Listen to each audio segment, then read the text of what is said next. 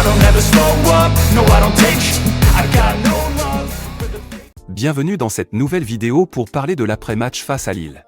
Nous avons de quoi être déçus, une nouvelle fois, pourtant à chaque match on pense que ça va changer, et bien non ça recommence. Pourtant les joueurs ont tout pour réussir, surtout des milliers de supporters toujours derrière eux, à domicile où le Vélodrome a été complet tout au long de la saison, mais aussi à l'extérieur, dans les parkages mettant une ambiance de folie à chaque match. Mais également dans les enceintes même de nos adversaires, des supporters locaux venant de toute la France, prêts à tous les sacrifices pour voir jouer leur équipe favorite, notre Olympique de Marseille. C'est une triste fin de championnat pour l'Olympique de Marseille faite de désillusions pour les supporters.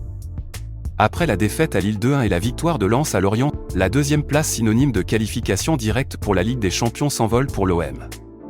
En effet, il ne reste que 2 matchs avant la fin du championnat et nous sommes désormais à 5 points du LOSC. N'oubliez pas de mettre un pouce bleu et de vous abonner à la chaîne pour nous soutenir. Déjà, lors de l'annonce du groupe marseillais, l'absence de Dimitri Payet et Nuno Tavares était surprenante.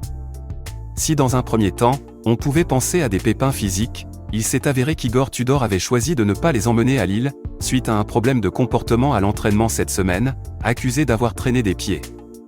Ensuite, dans la composition de départ, on pouvait s'étonner de la présence de Malinowski, après ses dernières prestations pas très convaincantes, préféré à Guendouzi qui restait sur de bonnes entrées en jeu lors des derniers matchs.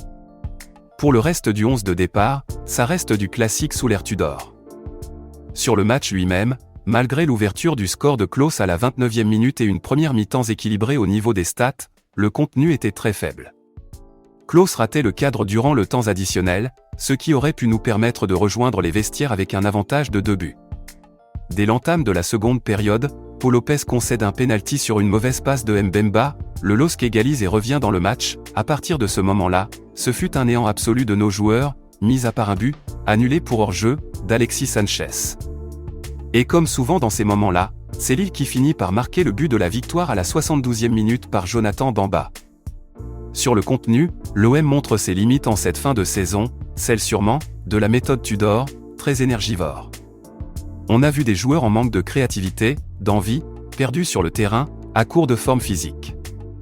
De plus, comme souvent cette saison, le coach a tardé à faire les changements au moment nécessaire, ceux où l'équipe piochait sans trouver de solution, à l'image de Guendouzi, envoyé à l'échauffement à plusieurs reprises et renvoyé sur le banc quelques minutes après. Au niveau de la gestion humaine, ce n'est pas le top pour la confiance.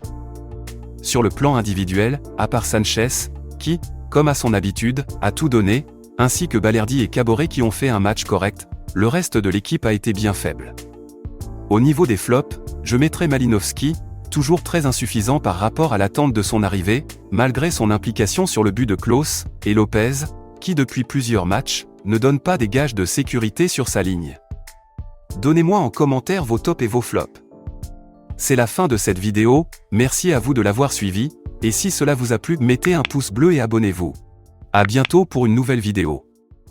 Allez l'OM!